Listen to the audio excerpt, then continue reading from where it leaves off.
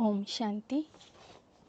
ಮುರಳಿಯ ದಿನಾಂಕ 9/11/2023।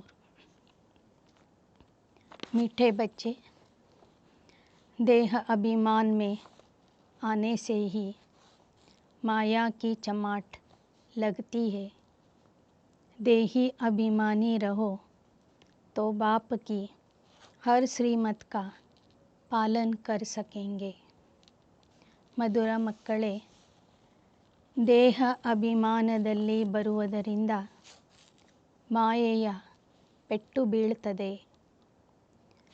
ಆತ್ಮ ಅಭಿಮಾನಿಯಾಗಿ ಇದ್ದರೆ ತಂದೆಯ ಶ್ರೀಮತದ ಪಾಲನೆ ಮಾಡಲು ಸಾಧ್ಯವಾಗ್ತದೆ। प्रश्न, बाप के पास 2 प्रकार के पुरुषार्थी बच्चे हैं, वह कौन से? ತಂದೆಯ ಹತ್ತಿರ 2 ಪ್ರಕಾರದ ಪುರುಷಾರ್ಥಿ ಮಕ್ಕಳಿದ್ದಾರೆ, ಅವ್ರು ಯಾರು? एक बच्चे हैं जो बाप से वर्षा लेने का पूरा पुरुषार्थ करते हैं।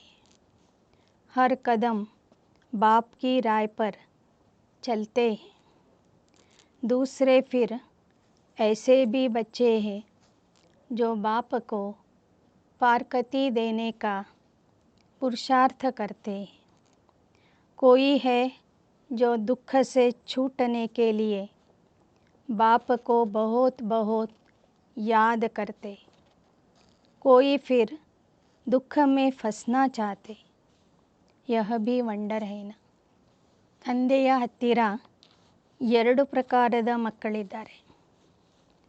ಒಂದು ಪ್ರಕಾರದವರು ತಂದೆಯಿಂದ ಸಂಪೂರ್ಣ ಆಸ್ತಿಯನ್ನು ಪಡೆಯುವ ಪುರುಷಾರ್ಥ ಮಾಡ್ತಾರೆ.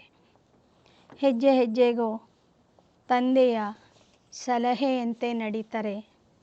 ಹೆಜ್ಜೆ ಹೆಜ್ಜೆಗೂ ತಂದೆಯಿಂದ ಸಲಹೆಯನ್ನು ಕೇಳ್ತಾರೆ. ಎರಡನೇ ಪ್ರಕಾರದ ಮಕ್ಕಳು ತಂದೆಗೆ ಡೈವೋರ್ಸ್ ಕೊಡೋದಕ್ಕಾಗಿ ಪುರುಷಾರ್ಥ ಮಾಡ್ತಾರೆ. कोई है जो दुख से छूटने के लिए बाप को बहुत याद करते हैं। कोई फिर दुख में फंसना चाहते हैं। यह भी ವಂಡರ್ है ना। ಕೆಲವರು ದುಃಖದಿಂದ ಮುಕ್ತ ಆಗಲಿಕ್ಕೆ ತಂದೆಗೆ ಬಹಳ ನೆನಪು ಮಾಡ್ತಾರೆ. ಇನ್ನು ಕೆಲವರು ಮತ್ತೆ ದುಃಖದಲ್ಲಿ ಬೀಳುವ ಪುರುಷಾರ್ಥ ಮಾಡ್ತಾರೆ. ದುಃಖದಲ್ಲಿ ಬೀಳಲಿಕ್ಕೆ ಇಷ್ಟಪಡ್ತಾರೆ. ಇದು ಸಹ ಬಹಳ ವಂಡರ್ ಆಗಿದೆ. ಗೀತ್, महफिल में जल उठी शमा, ಪರವಾನೋं के लिए। ಸಭೆಯಲ್ಲಿ ಜ್ಯೋತಿ ಬೆಳಗಿತು ಪತಂಗಗಳ ಸಲುವಾಗಿ.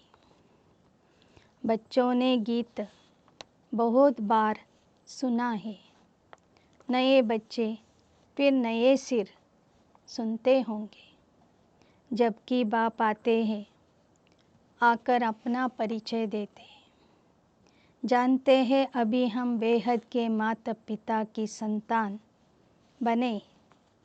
ಮಕ್ಕಳು ಈ ಹಾಡನ್ನು ಅನೇಕ ಸಲ ಕೇಳಿದ್ದೀರಿ.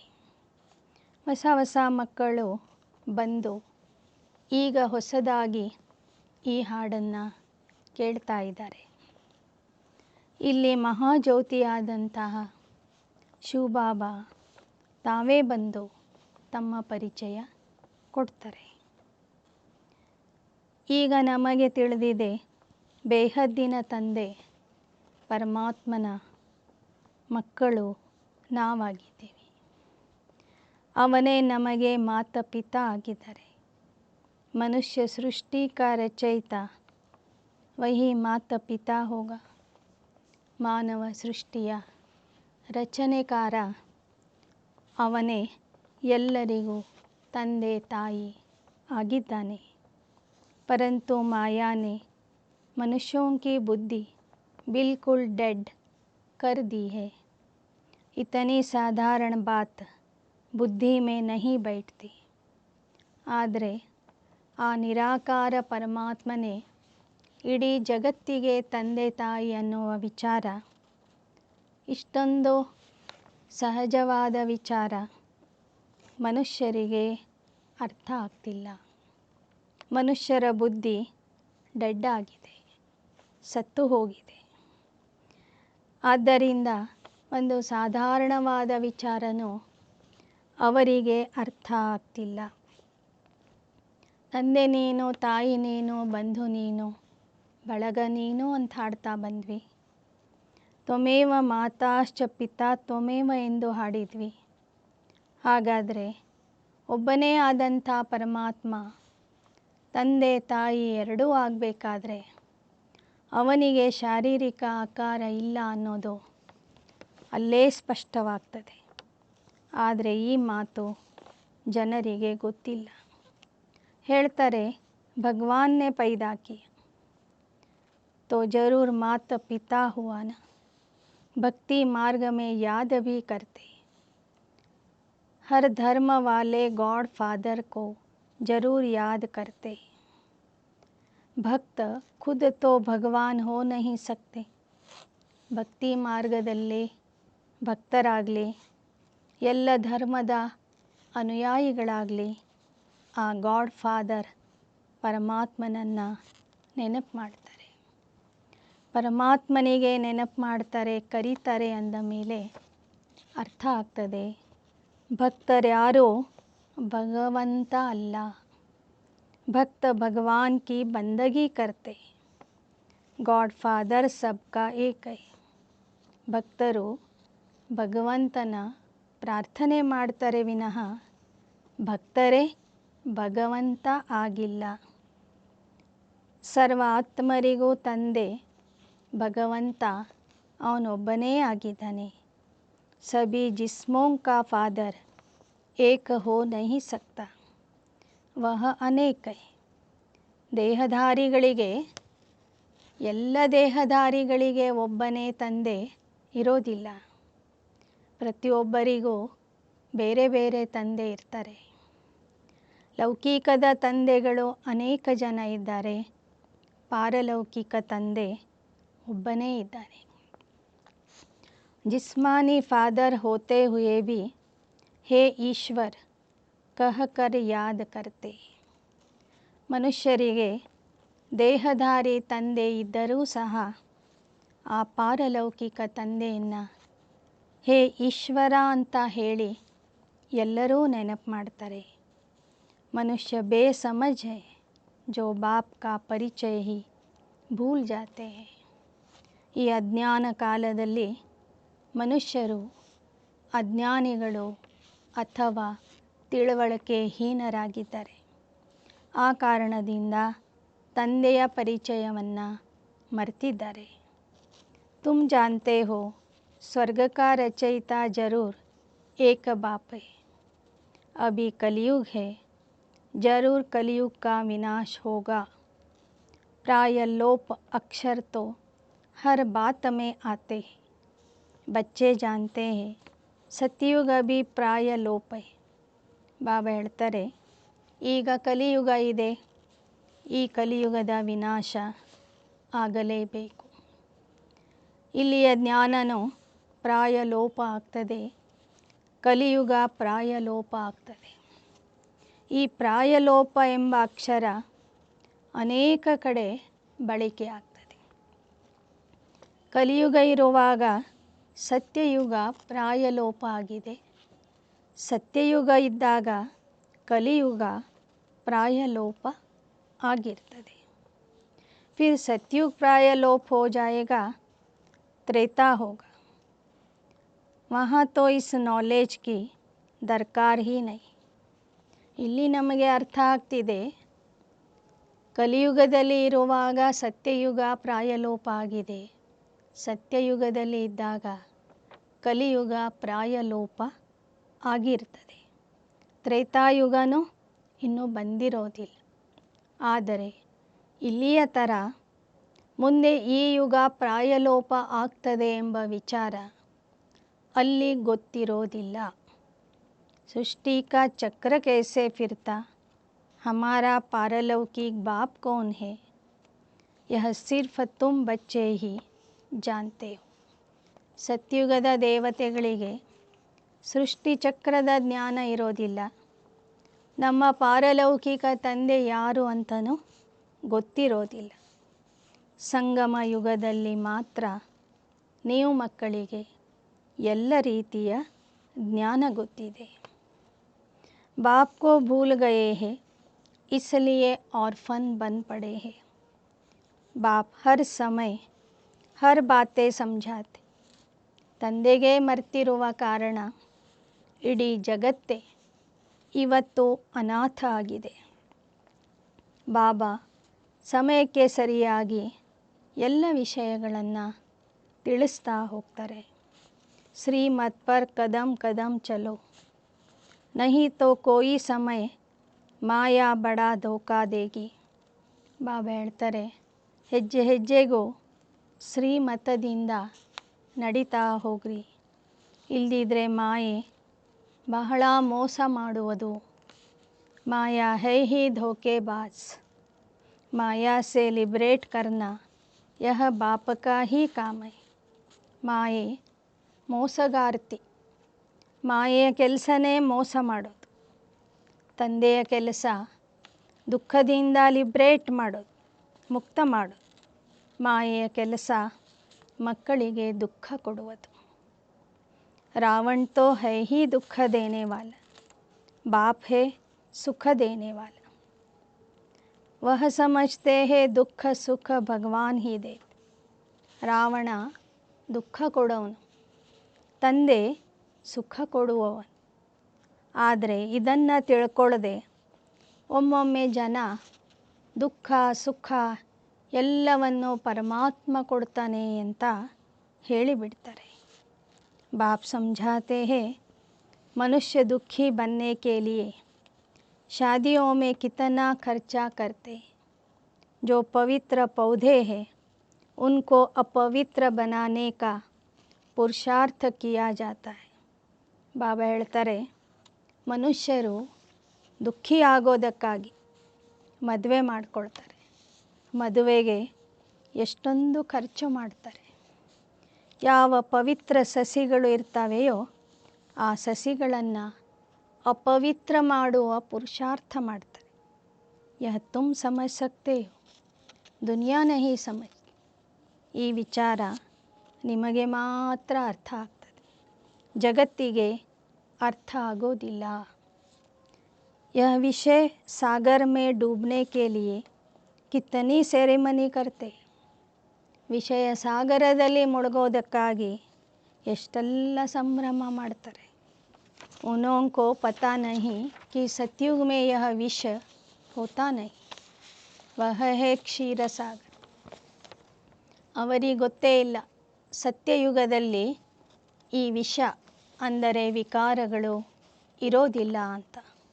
ಸತ್ಯಯುಗ ಕ್ಷೀರ ಸಾಗರ ಆಗಿದೆ. इसको विषय सागर कहा जाता है. ಈ ಕಲಿಯುಗ ವಿಷಯ ಸಾಗರ ಆಗಿದೆ. वह संपूर्ण निर्विकारी दुनिया. भल त्रेता में 2 कला कम हो जाती तो भी उनको निर्विकारी दुनिया कहा जाता है, क्योंकि वहाँ विकार नहीं होते. फिर रावण का राज्य द्वापर से शुरू होता है. आधा आधा है ना. ಸತ್ಯ ತ್ರೇತಾಯುಗ ಸಂಪೂರ್ಣ ನಿರ್ವಿಕಾರಿ ಪ್ರಪಂಚ. ತ್ರೇತಾಯುಗದಲ್ಲಿ 2 ಕಲೆಗಳು ಕಡಿಮೆ ಆದ್ರೂ ಸಹ ಅದು ನಿರ್ವಿಕಾರಿ ಪ್ರಪಂಚನೇ. ಅಲ್ಲಿ ವಿಕಾರಗಳು ಇರೋದಿಲ್ಲ. ದ್ವಾಪರ ಯುಗದಿಂದ ರಾವಣ ರಾಜ್ಯ ಪ್ರಾರಂಭವಾಗ್ತದೆ. ಆಗ ಮನುಷ್ಯನಲ್ಲಿ ವಿಕಾರಗಳು ಬಂದು ಸೇರಿಕೊಳ್ತವೆ. ಅರ್ಧ ಕಲ್ಪ ವಿಕಾರಿ ಜಗತ್ತು, ಅರ್ಧ ಕಲ್ಪ ನಿರ್ವಿಕಾರಿ ಜಗತ್ತು ಇರ್ತದೆ. ज्ञान का सागर और अज्ञान का सागर, अज्ञान का भी सागर है ना. ಪರಮಾತ್ಮ ज्ञानद सागर, रावण अज्ञानद सागर। मनुष्य कितने अज्ञानी है, बाप को जानते नहीं, सिर्फ कहते रहते कि यह करने से भगवान मिलेगा, मिलता कुछ भी नहीं। ಮನುಷ್ಯರು ಇವತ್ತು ಬಹಳ ಅಜ್ಞಾನಿಗಳು ಆಗಿದ್ದಾರೆ, ತಂದೆಯ ಪರಿಚಯನೇ ಗೊತ್ತಿಲ್ಲ.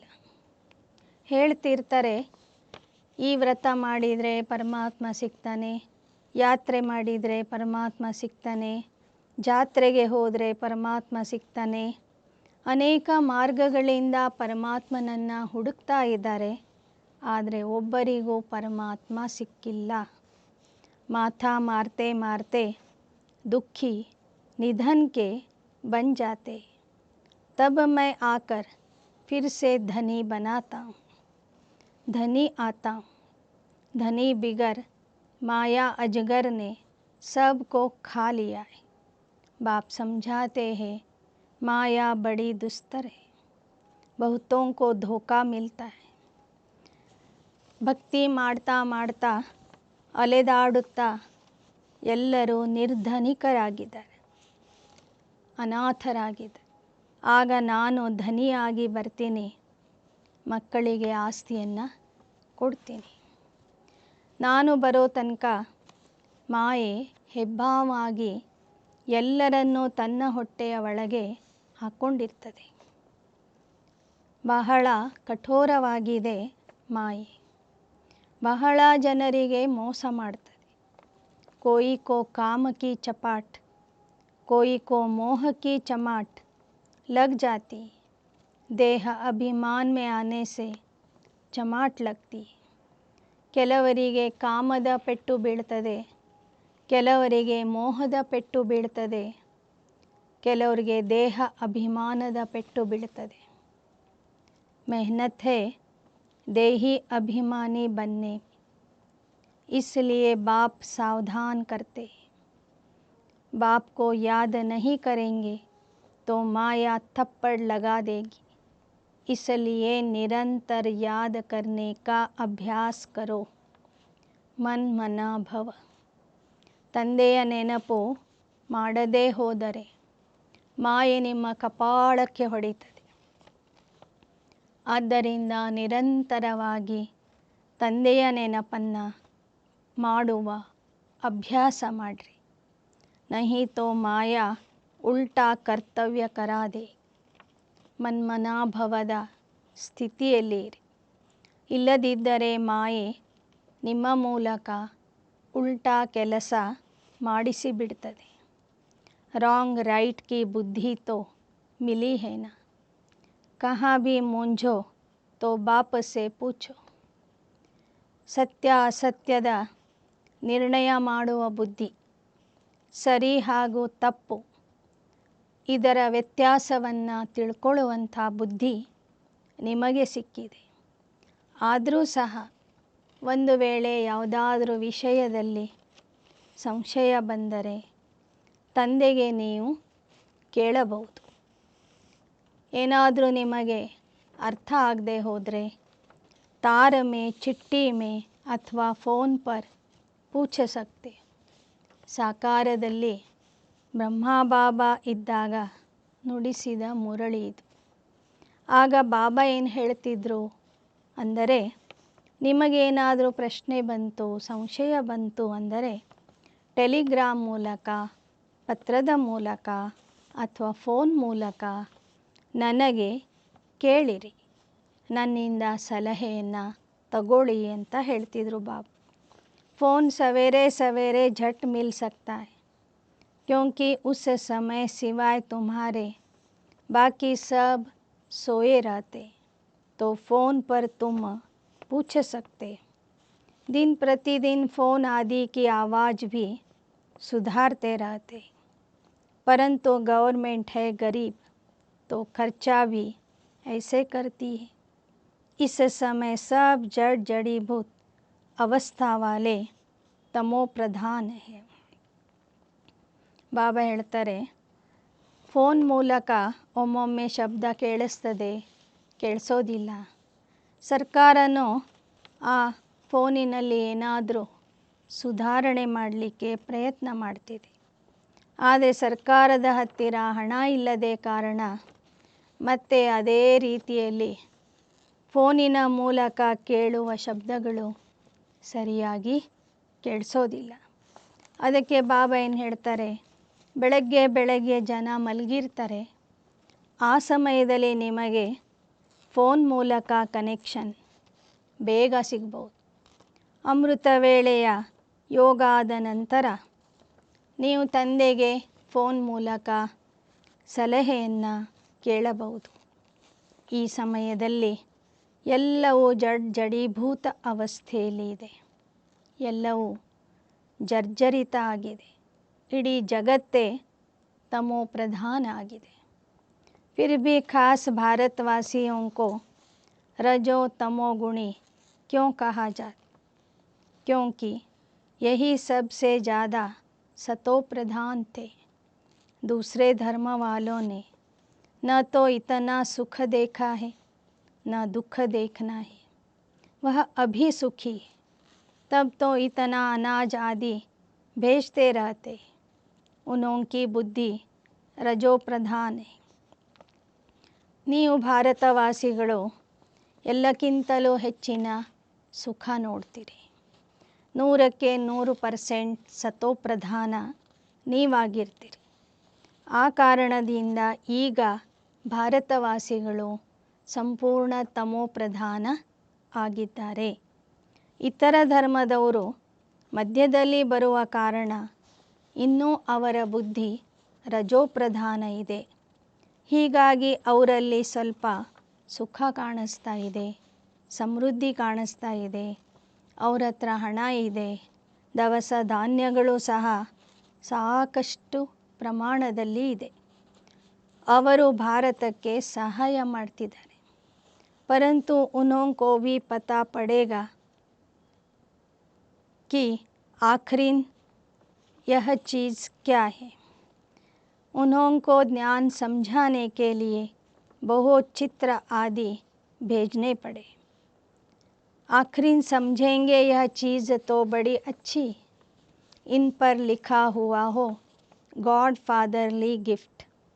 जब आफत का समय होगा तो आवाज़ निकलेगा, फिर समझेंगे बरोबर यह हमको मिला था.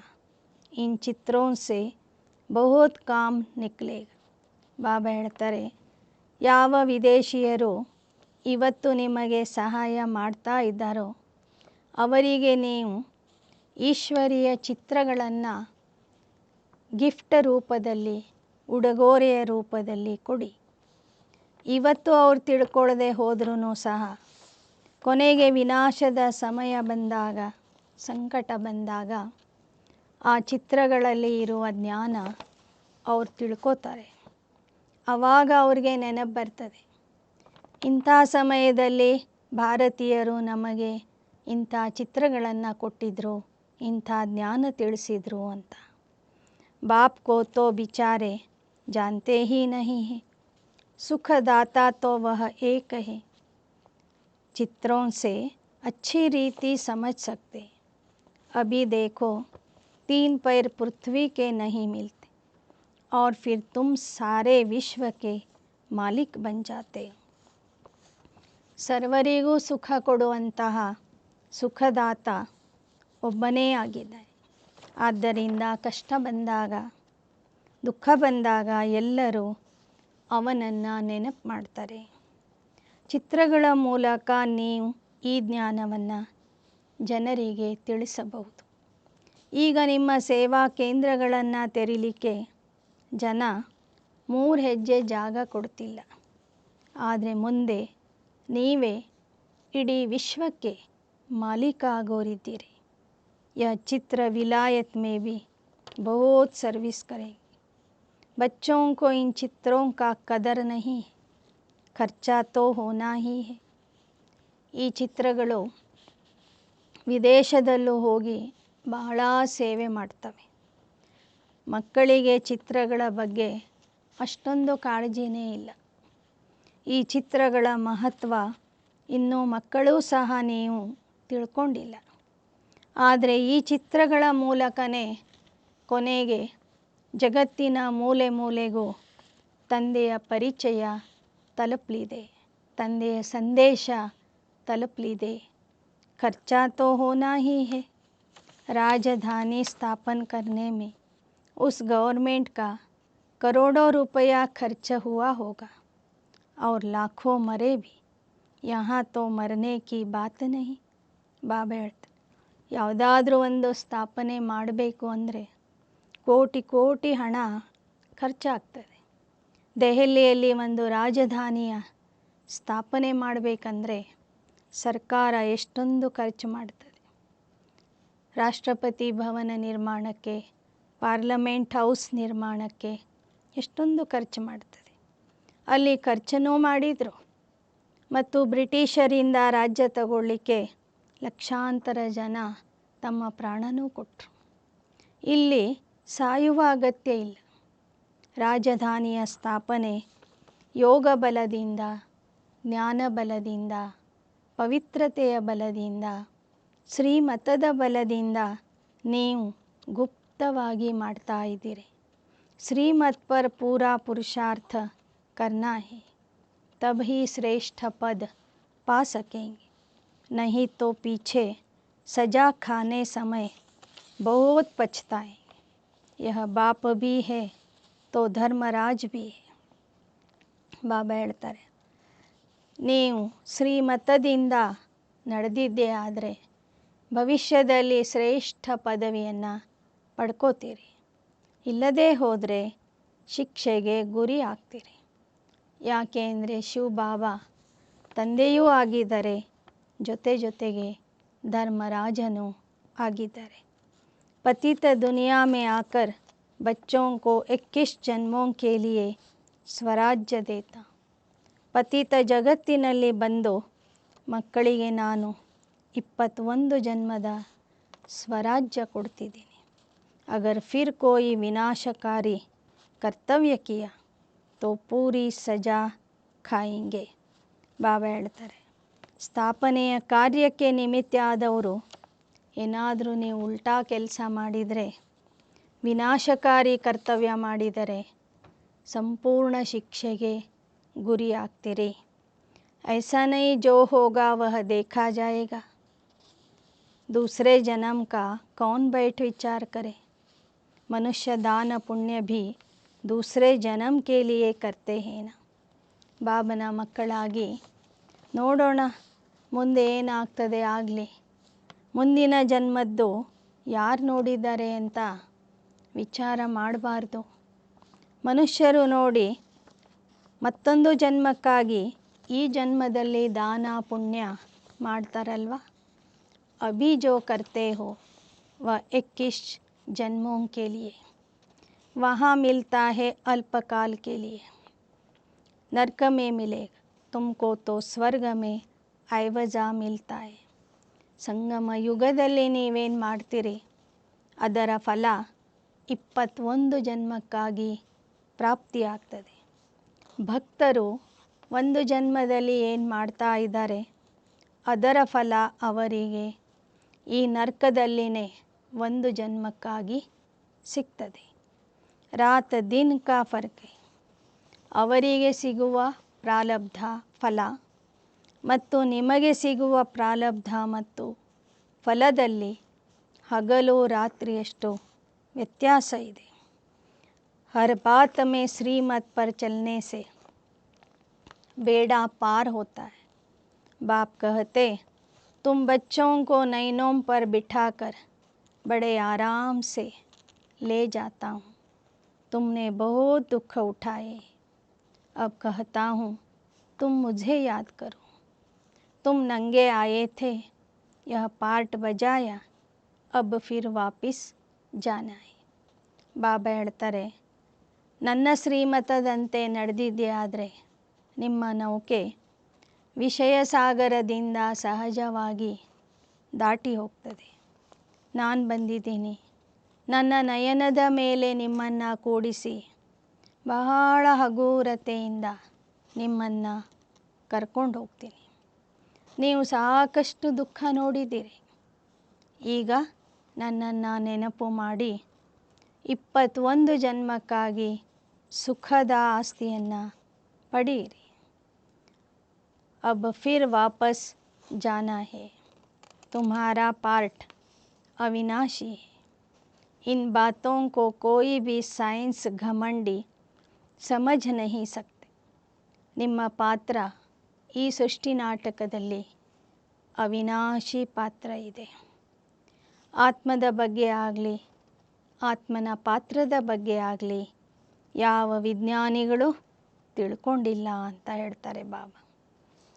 आत्मा इतना छोटा स्टार, उनमें अविनाशी पार्ट सदैव के लिए भरा हुआ है. यह कभी समाप्त नहीं होता.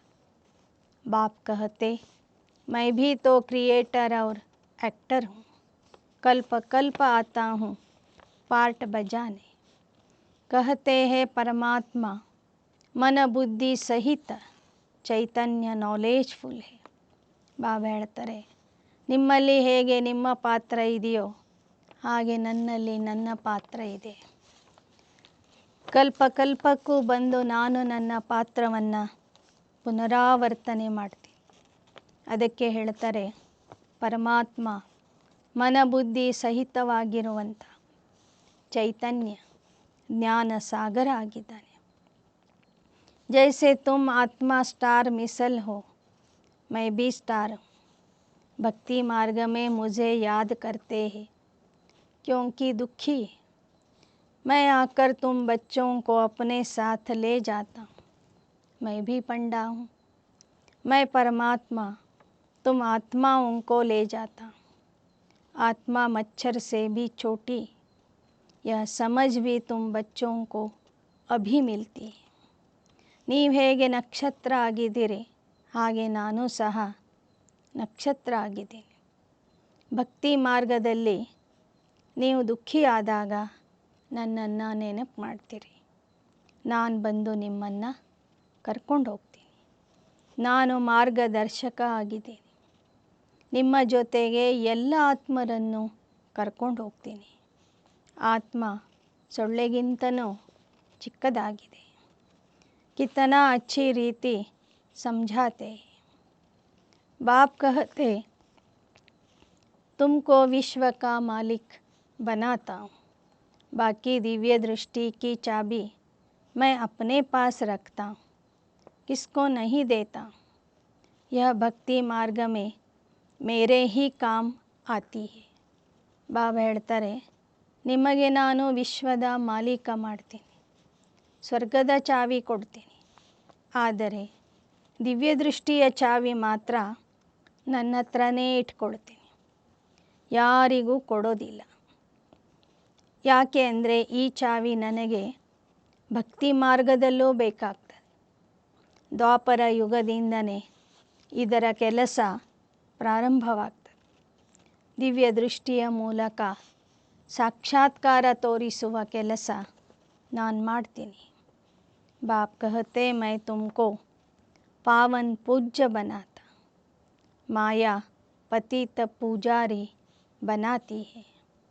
समझाते तो बहुत है परंतु कोई बुद्धिवान समझे ना. ಬಾಬಾ ಹೇಳ್ತಾರೆ, ನಾನು ನಿಮಗೆ ಪಾವನ ಪೂಜ್ಯ ಮಾಡ್ತೀನಿ, ಮಾಯೆ ಪತಿತ ಪೂಜಾರಿ ಮಾಡ್ತದೆ. ಎಲ್ಲ ರೀತಿಯಿಂದನೂ ನಾನು ತಿಳಿಸಿಕೊಡ್ತೀನಿ. ಆದರೆ ಬುದ್ಧಿವಂತರು ಮಾತ್ರ ಇದನ್ನು ಅರ್ಥ ಮಾಡ್ಕೊಳ್ತಾರೆ. यह टेप मशीन बहुत अच्छी चीज़ है. बच्चों को मुरली तो ज़रूर सुननी है. बहुत सिकिलधे बच्चे बाबा को बांधेली गोपिकाओं पर बहुत तरस पड़ता है. बाबा की मुरली सुनकर बहुत खुश होंगे. बच्चों की खुशी के लिए क्या नहीं करना चाहिए. बाबा को तो रात दिन गांव की गोपिकाओं का ख्याल रहता है. नींद भी फिट जाती है. क्या युक्ति रचे, कैसे बच्चे दुख से छूटे. ಈ ಟೇಪ್ ಮಷೀನ್ ಏನಿದೆ ಇದು ಬಹಳ ಒಳ್ಳೆಯ ಕೆಲಸ ಮಾಡ್ತದೆ. ಬಾಬಾ ಹೇಳಿದ ಮುರಳಿಯನ್ನು ಮತ್ತೆ ನನ್ನ ಮಕ್ಕಳಿಗೆ ಅದು ಹೇಳ್ತದೆ. ಟೇಪ್ ಮೂಲಕ ಅನೇಕ ಮಕ್ಕಳು ಮುರಳಿಯನ್ನು ಕೇಳ್ತಾರೆ. ಬಂಧನದಲ್ಲಿ ಇರುವಂಥ ಮಾತೆಯರು ಸಹ ಆ ಮುರಳಿಯನ್ನು ಕೇಳಿ ಎಷ್ಟು ಖುಷಿ ಆಗ್ತಾರೆ. ಬಂಧನದಲ್ಲಿ ಇರುವಂತಹ ಮಾತೆಯರ ಮೇಲೆ ಬಾಬವ್ರಿಗೆ ಬಹಳ ದಯೆ ಬರ್ತದೆ. ಅವರ ಬಗ್ಗೆ ವಿಚಾರ ನಡೀತದೆ. ಬಾಬಾ ನಿದ್ದೆ ಬಿಟ್ಟು ಆ ಮಕ್ಕಳನ್ನು ದುಃಖದಿಂದ ಮುಕ್ತ ಮಾಡಲಿಕ್ಕೆ ವಿಚಾರ ಮಾಡ್ತಾರೆ. कोई तो फिर दुख में फंसने के लिए तैयारी करते, कोई तो पुरुषार्थ करते हैं वर्षा लेने का, और कोई फिर फारकती देने का भी पुरुषार्थ करते हैं. दुनिया तो आजकल बहुत खराब है. ಬಂಧನದಲ್ಲಿ ಇರುವಂತಹ ಮಾತೆಯರು ಪವಿತ್ರ ಜೀವನಕ್ಕಾಗಿ ಪುರುಷಾರ್ಥ ಮಾಡ್ತಾರೆ.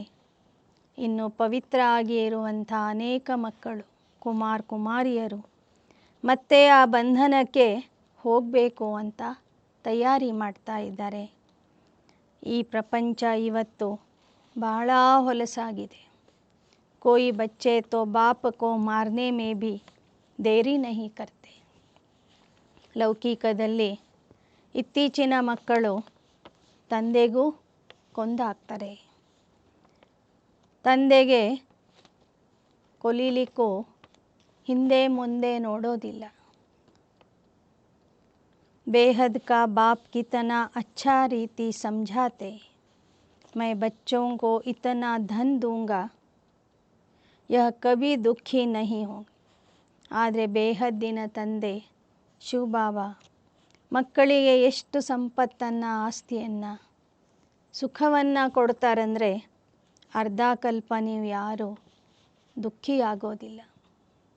तो बच्चों को इतना रहम दिल बनना चाहिए. आजकल सभी दुखी है, दुख देते हैं, तो सबको सुख का रास्ता बताना चाहिए. ಬಾಬಾ ಹೇಳ್ತಾರೆ, ನೀವು ದಯಾಹೃದಯಿಗಳಾಗಿ ಎಲ್ಲರಿಗೂ ಸುಖದ ಮಾರ್ಗ ತೋರಿಸ್ರಿ. ಎಲ್ಲರೂ ಪರಸ್ಪರರಿಗೆ ದುಃಖನೇ ಕೊಡ್ತಾ ಇದ್ದಾರೆ. टीचर कभी दुख का रास्ता नहीं बताएंगे. वह पढ़ाते हैं, पढ़ाई सोर्स ऑफ इनकम है. पढ़ाई से शरीर निर्वाह करने लायक बनते. माँ बाप से भल वर्षा मिलता, परंतु वह क्या काम का. ಇದ್ದಿದ್ರಲ್ಲಿ ಶಿಕ್ಷಕರು ಏನಿದ್ದಾರೆ, ಲೌಕಿಕ ಶಿಕ್ಷಣ ಕೊಡುವಂಥವರು, ಅವ್ರು ಯಾರಿಗೂ ದುಃಖ ಕೊಡೋದಿಲ್ಲ. ಶಿಕ್ಷಣ ಕೊಡ್ತಾರೆ. ಶಿಕ್ಷಣದ ಮೂಲಕ ಸಂಪಾದನೆಗೆ ಅನು ಮಾಡಿಕೊಡ್ತಾರೆ. ಯಾರೆಷ್ಟು ವಿದ್ಯೆ ಕಲಿತಾರೋ ಅಷ್ಟು ಅವರು ಹೆಚ್ಚಿನ ಗಳಿಕೆ ಮಾಡ್ತಾರೆ. माँ बाप से वर्षा मिलता, परंतु वह क्या काम का.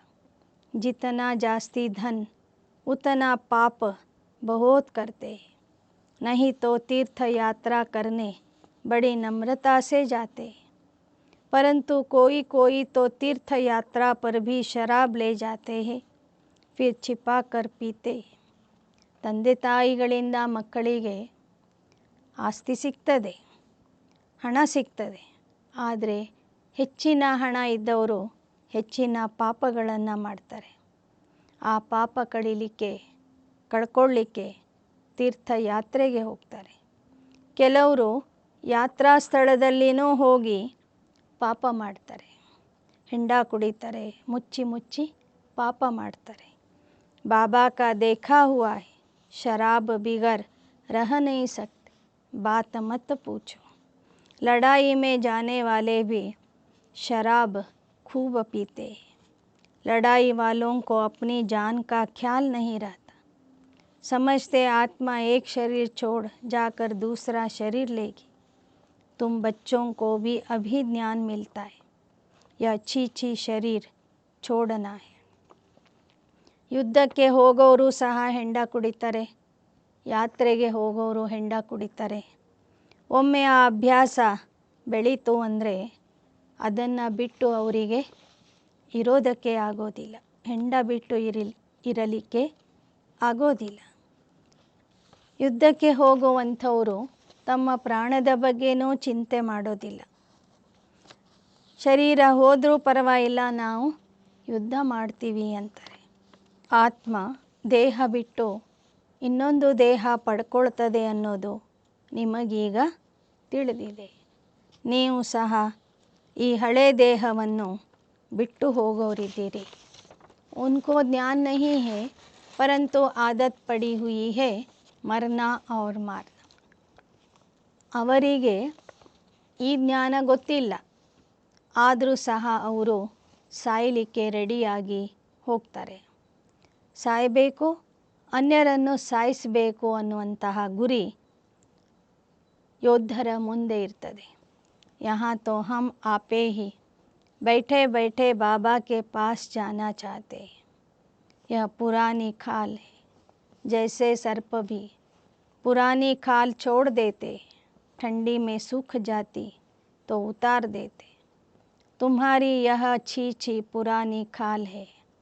पार्ट बजाते अब इनको छोड़ना है. जाना है बाबा के पास. बाबा ने युक्ति बताई है, मन मना भव. मुझे याद करो, बस ऐसे बैठे बैठे शरीर छोड़ देंगे. ಈಗ ನಿಮಗೆ ಬಾಬಾ ಹೇಳಿಕೊಟ್ರು, ನಿಮ್ಮ ಈ ದೇಹವು ಸಹ ಹಳೇದಾಗಿದೆ. ಹೇಗೆ ಸರ್ಪ ಒಂದು ಪೊರೆಯನ್ನು ಬಿಟ್ಟು ಅದಕ್ಕೆ ಇನ್ನೊಂದು ಹೊಸ ಪೊರೆ ಪ್ರಾಪ್ತಿಯಾಗ್ತದೆ, ಹಾಗೆ ನೀವು ಈ ಹಳೆ ದೇಹವನ್ನು ಬಿಟ್ಟು ಮತ್ತೆ ಭವಿಷ್ಯದಲ್ಲಿ ಹೊಸ ದೇಹವನ್ನು ಪಡ್ಕೊಳ್ಳೋರಿದ್ದೀರಿ. ಹಳೆ ದೇಹ ಬಿಡುವಾಗ ನಿಮಗೆ ಯಾವುದೇ ರೀತಿಯಿಂದ ಕಷ್ಟ ಆಗಬಾರ್ದು ಅಂದರೆ ಸದಾ ಮನ್ಮನಾಭವದ ಅಭ್ಯಾಸ ಮಾಡಿರಿ. ಬಾಬೋರನ್ನ ನೆನಪು ಮಾಡ್ತಾ ಇರಿ. ನೆನಪು ಮಾಡ್ತಾ ಮಾಡ್ತಾ ಈ ಹಳೆ ದೇಹವನ್ನು ಬಿಟ್ಟು ಹೋಗ್ರಿ. सन्यासियों का भी ऐसा होता है, बैठे बैठे शरीर छोड़ देते क्योंकि वह समझते हैं आत्मा को ब्रह्म में लीन होना है. तो योग लगा कर बैठते परंतु जा नहीं सकते. ಬಾಬಾ ಹೇಳ್ತಾರೆ, ಸನ್ಯಾಸಿಗಳಲ್ಲಿಯೂ ಸಹ ಕೆಲವರು ಬ್ರಹ್ಮತತ್ವದ ನೆನಪು ಮಾಡ್ತಾ ಮಾಡ್ತಾ ಶಾಂತಿಯಿಂದ ದೇಹ ಬಿಟ್ಟು ಹೋಗ್ತಾರೆ. ಆದರೆ ಅವ್ರು ಯಾರು ಬ್ರಹ್ಮತತ್ವಕ್ಕೆ ಹೋಗೋದಿಲ್ಲ. जैसे काशी कलवट खाते हैं वह जीव घात हो जाता है. यह सन्यासी भी बैठे बैठे ऐसे जाते. बाबा का देखा हुआ है, वह हुआ ಹಠ ಯೋಗ ಸನ್ಯಾಸ. ಬಾಬಾ ಹೇಳ್ತಾರೆ, ಕಾಶಿಗೆ ಹೋಗಿ ಕೆಲವರು ಪ್ರಾಣ ಕೊಡ್ತಾರೆ, ಬಾವಿಯಲ್ಲಿ ಬಿದ್ದು ಶರೀರ ಬಿಡ್ತಾರೆ, ಅದು ಜೀವಘಾತ ಆಗಿಬಿಡ್ತದೆ. ಆದರೆ ಸನ್ಯಾಸಿಗಳು ಮಂತ್ರ ಹೇಳ್ತಾ ಹೇಳ್ತಾ ಪರಮಾತ್ಮನ ನೆನಪು ಮಾಡ್ತಾ ಮಾಡ್ತಾ ದೇಹ ಬಿಡ್ತಾರೆ. ಅದು ಹಠಯೋಗದ ಸನ್ಯಾಸ ಆಗಿದೆ. ಅವರು ಬ್ರಹ್ಮತತ್ವವನ್ನೇ ಪರಮಾತ್ಮ ಅಂತ ತಿಳ್ಕೊಂಡು ಅದರ ನೆನಪಿನಲ್ಲಿ ಕುಳಿತು ದೇಹ ಬಿಡ್ತಾರೆ. ನೀವು ನಿಜವಾದ ತಂದೆಯ ನೆನಪಿನಲ್ಲಿ ಇದ್ದು ಹಗೂರವಾಗಿ ದೇಹ ಬಿಡಬೇಕು. बाप समझाते तुमको 84 जन्म कैसे मिलते. देही अभिमानी बनो, यह श्रीमत देते. कोई बच्चे देह अभिमान में आकर फिर बाप को भी अपनी मत देने लगते. ಬಾಬಾ ಹೇಳ್ತಾರೆ, ನೀವು ನನ್ನ ಮತದಂತೆ ನಡೀರಿ, ಆತ್ಮ ಅಭಿಮಾನಿ ಆಗ್ರಿ. ಆದರೆ ಮಕ್ಕಳಲ್ಲಿ ಕೆಲವರು ದೇಹ ಅಭಿಮಾನದಲ್ಲಿ ಬಂದು ಆ ತಂದೆಗೂ ತಮ್ಮ ಮತವನ್ನು ಕೊಡ್ತಾ ಹೋಗ್ತಾರೆ. मैं आत्मा बाबा आप ज्ञान के सागर हो, बस आपकी राय पर चलूँगा. कदम कदम बड़ी सावधानी चाहिए, भूले तो होती रहती है, फिर भी पुरुषार्थ करना है. कहाँ भी जाओ बाप को याद करते रहो. विकर्मों का बोझ सिर पर बहुत है, चुकतू करना है. पिछाड़ी तक यह कर्म भोग छोड़ेगा नहीं. ಆದರೆ ನೀವು ನಿಮ್ಮ ಮತವನ್ನು ಬಿಟ್ಟು ತಂದೆಯ ಮತದಂತೆ ನಡಿಬೇಕು. ಹೆಜ್ಜೆ ಹೆಜ್ಜೆಗೂ ಬಹಳ ಎಚ್ಚರಿಕೆಯಿಂದ ನಡಿಬೇಕು. ತಪ್ಪುಗಳಂತೂ ಎಲ್ಲರಿಂದನೂ ಆಗ್ತಿರ್ತವೆ. ಮತ್ತೆ ಅದನ್ನು ಸರಿ ಮಾಡಿಕೊಳ್ಳಿಕ್ಕೆ ಪುರುಷಾರ್ಥ ಮಾಡಬೇಕು. ವಿಕರ್ಮಗಳ ಭಾರ ತಲೆಯ ಮೇಲೆ ಬಹಳ ಇರೋದರಿಂದ ಆಗಾಗ ಕಾಯಿಲೆಗಳು ಬರ್ತಿರ್ತವೆ. ಆ ಕರ್ಮ ಭೋಗವನ್ನು ಸಹ ನೀವು ಚುಕ್ತು ಮಾಡಬೇಕು. श्रीमत पर चलने से पारस बुद्धि बनना है, साथ में धर्मराज भी है, तो रिस्पॉन्सिबल वह हो गया. बाप बैठा है, तुम क्यों अपने पर बोझा रखते हो. पतित पावन बाप को पतितों की महफिल में आना ही है. ಶ್ರೀಮತದಿಂದ ನಡೆದರೆ ನಿಮ್ಮ ಬುದ್ಧಿ ಪಾರಸ ಬುದ್ಧಿ ಆಗ್ತದೆ. ಆ ಥರ ನೀವು ಪಾರಸ ಬುದ್ಧಿ ಆಗಬೇಕು. ತಂದೆಯ ಜೊತೆಗೆ ಧರ್ಮರಾಜ ಇದ್ದಾನೆ ಅನ್ನೋದನ್ನು ನೆನಪಿಟ್ಕೋಬೇಕು. ಧರ್ಮರಾಜನ ನೆನಪಿನಲ್ಲಿ ಇದ್ದು, ತಂದೆಯ ನೆನಪಿನಲ್ಲಿ ಇದ್ದು ಪ್ರತಿಯೊಂದು ಕರ್ಮ ಮಾಡಿದರೆ ಅದಕ್ಕೆ ಬಾಬನೇ ಜವಾಬ್ದಾರ್ ಆಗಿಬಿಡ್ತಾರೆ. ಜವಾಬ್ದಾರಿ ಬಾಬನ ಮೇಲೆ ಹೋಗ್ತದೆ. ತಂದೆ ಕೊಡ್ತಿದ್ದಾರೆ, ನಾವ್ಯಾಕೆ ಭಾರ ಹೊತ್ಕೊಂಡು ಚಿಂತೆ ಮಾಡಬೇಕು. ಪ್ರತಿಯೊಂದನ್ನು ಅವನ ಮೇಲೆ ಹಾಕಿ ಕೆಲಸ ಮಾಡಿರಿ. पतितों को पावन बनाने बाप पतितों की महफिल में आते हैं. यह तो नई बात नहीं है. अनेक बार पार्ट बजाया है, फिर बजाते रहेंगे. इसको ही ವಂಡರ್ कहा जाता है. ಪತಿತ ಪಾವನ ತಂದೆ ಪತಿತರನ್ನು ಪಾವನ ಮಾಡಲಿಕ್ಕಾಗಿ ಪತಿತರ ಸಭೆಯಲ್ಲಿ ಬರಬೇಕಾಗ್ತದೆ. ಇದೇನು ಹೊಸ ವಿಚಾರ ಅಲ್ಲ. ಅನೇಕ ಸಲ ಬಾಬಾ ಬಂದು ಈ ಪಾತ್ರವನ್ನು ಮಾಡಿದ್ದಾರೆ, ಮತ್ತೆ ಮಾಡ್ತಾರೆ. ಇದು ಈ ನಾಟಕದ ಅದ್ಭುತ ಅಂತ ಹೇಳ್ತಾರೆ ಬಾಬಾ. ಇದು ಬಹಳ ಆಶ್ಚರ್ಯದ ವಿಚಾರ ಆಗಿದೆ.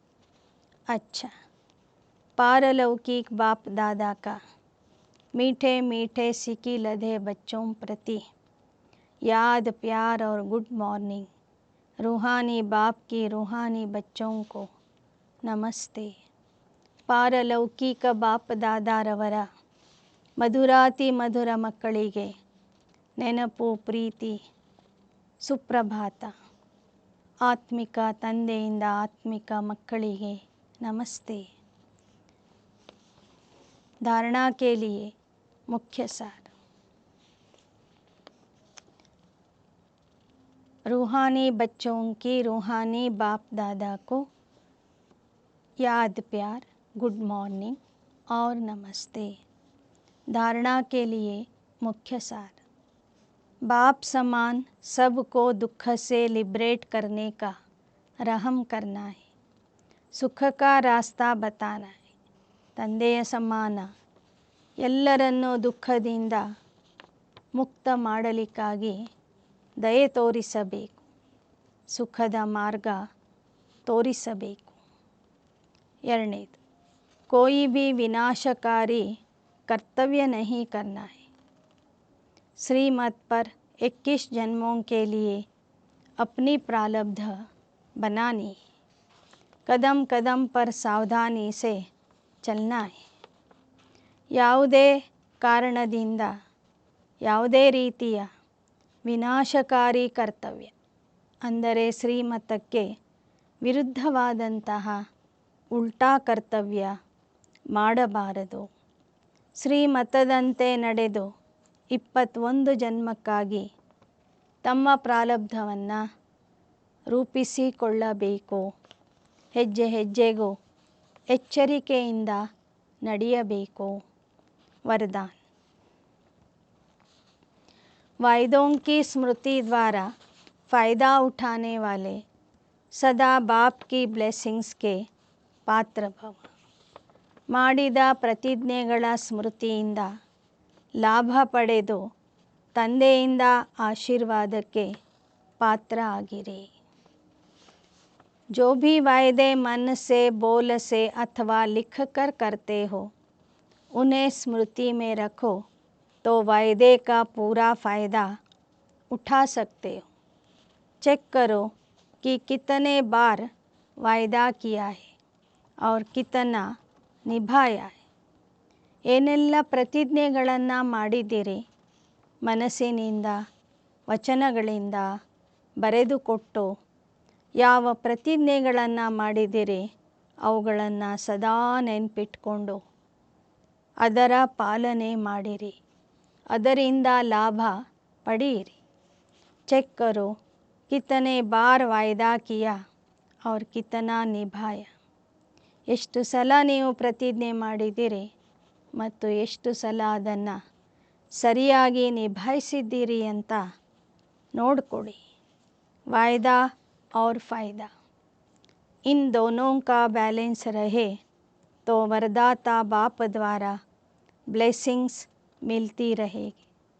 वायदे ಮತ್ತು ಫಾಯ್ದೆ ಇದರಲ್ಲಿ ಬ್ಯಾಲೆನ್ಸ್ ಇಟ್ಕೊಂಡ್ರೆ ವರದಾತ ತಂದೆಯಿಂದ ನಿಮಗೆ ಬ್ಲೆಸ್ಸಿಂಗ್ಸ್ ಅಥವಾ ಆಶೀರ್ವಾದ ಸದಾ ಕಾಲಕ್ಕೂ ಪ್ರಾಪ್ತಿಯಾಗುವುದು। जैसे संकल्प श्रेष्ठ करते हो ऐसे कर्म भी श्रेष्ठ हो तो सफलता मूर्त बन जाएंगे। ಹೇಗೆ ಸಂಕಲ್ಪಗಳನ್ನು ಶ್ರೇಷ್ಠ ಮಾಡ್ತೀರಿ, ಶ್ರೇಷ್ಠ ಸಂಕಲ್ಪಗಳನ್ನು ಮಾಡ್ತೀರಿ, ಹಾಗೆ ನಿಮ್ಮ ಕರ್ಮನೂ ಶ್ರೇಷ್ಠ ಆಗಿರಬೇಕು, ಆಗ ನೀವು ಸಫಲತಾ ಮೂರ್ತಿ ಆಗುವಿರಿ।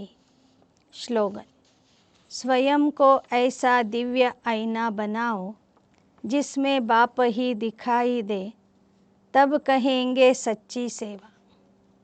ಸ್ವಯಂವನ್ನು ದಿವ್ಯ ಕನ್ನಡಿಯನ್ನಾಗಿ ಮಾಡಿಕೊಡಿ, ಆ ಕನ್ನಡಿಯಲ್ಲಿ ಜನರಿಗೆ ತಂದೆಯ ಸಾಕ್ಷಾತ್ಕಾರ ಆಗಲಿ, ತಂದೆ ಕಾಣಿಸಲಿ, ಆಗ ನೀವು ಮಾಡುವಂಥ ಸೇವೆ ಸತ್ಯ ಸೇವೆ ಆಗಿದೆ ಅಂತ ತಿಳ್ಕೋಬಹುದು। ಅಚ್ಚಾ, ಓಂ ಶಾಂತಿ।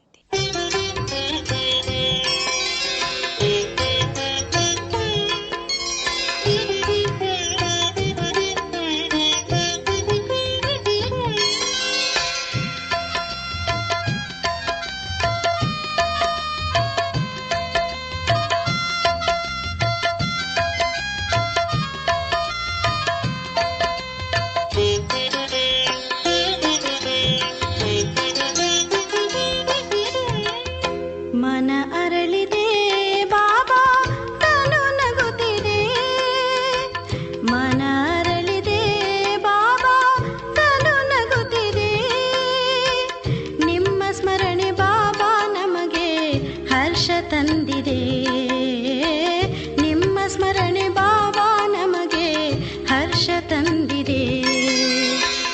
ಮನ ಅರಳಿದೆ ಬಾಬಾ ತನು ನಗುತ್ತಿದೆ, ಮನ ಅರಳಿದೆ ಬಾಬಾ ತನು ನಗುತ್ತಿದೆ।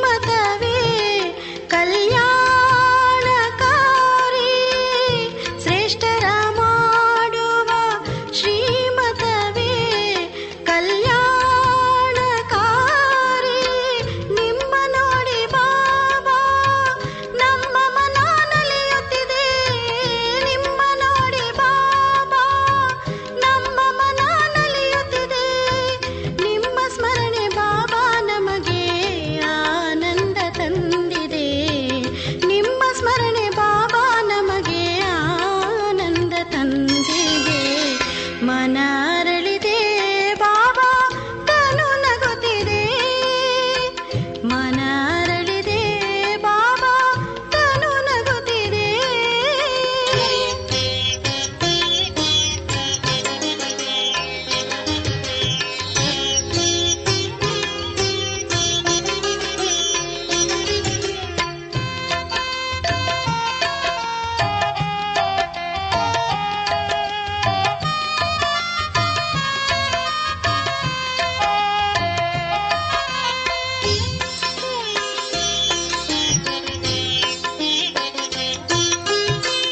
ಚಮತ್ಕಾರ ಮಾಡಿ ಮನದಲ್ಲಿ ನೀನು ನೆಲೆಸಿದೆ ಬಾಬಾ ಚಮತ್ಕಾರ ಮಾಡಿ ಮನದಲ್ಲಿ ನೀನು ನೆಲೆಸಿದೆ ಬಾಬಾ ಅತೀಂದ್ರಿಯ ಸುಖದಲ್ಲಿ ಮನ ಮುಳುಗಿ ತೇಲಾಡಿದೆ ಬಾಬಾ ಅತೀಂದ್ರಿಯ ಸುಖದಲ್ಲಿ ಮನ ಮುಳುಗಿ ತೇಲಾಡಿದೆ ಬಾಬಾ ನಿಮ್ಮ ಉಪಕಾರವನೆಂದು ಮರೆಯಲಾರೆನು ಬಾಬಾ ನಿಮ್ಮ ಉಪಕಾರವನೆಂದು ಮರೆಯಲಾರೆನು ಬಾಬಾ ನಿಮ್ಮ ಸ್ಮರಣೆ ಬಾಬಾ ಆನಂದ ತಂದಿದೆ ನಿಮ್ಮ ಸ್ಮರಣೆ ಬಾಬಾ ಪರಮಾನಂದ ತಂದಿದೆ ಮನ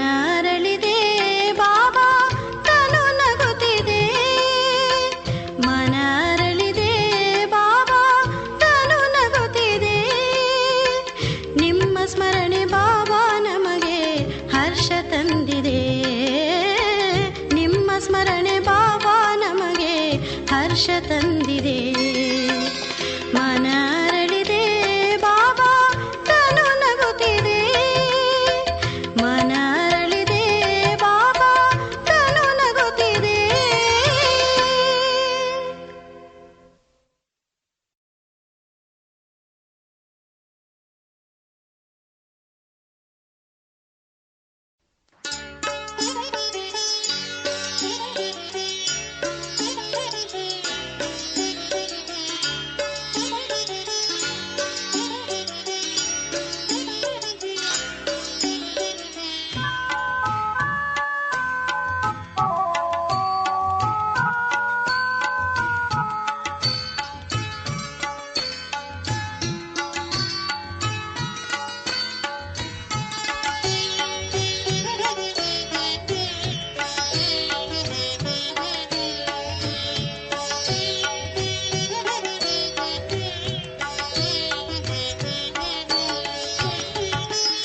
ನಿನ್ನೆಡೆಗೆ ಬರುವಾಗ ಶರೀರದ ಹೊರೆ ಏಕೆ ನಿನ್ನೆಡೆಗೆ ಬರುವಾಗ ಶರೀರದ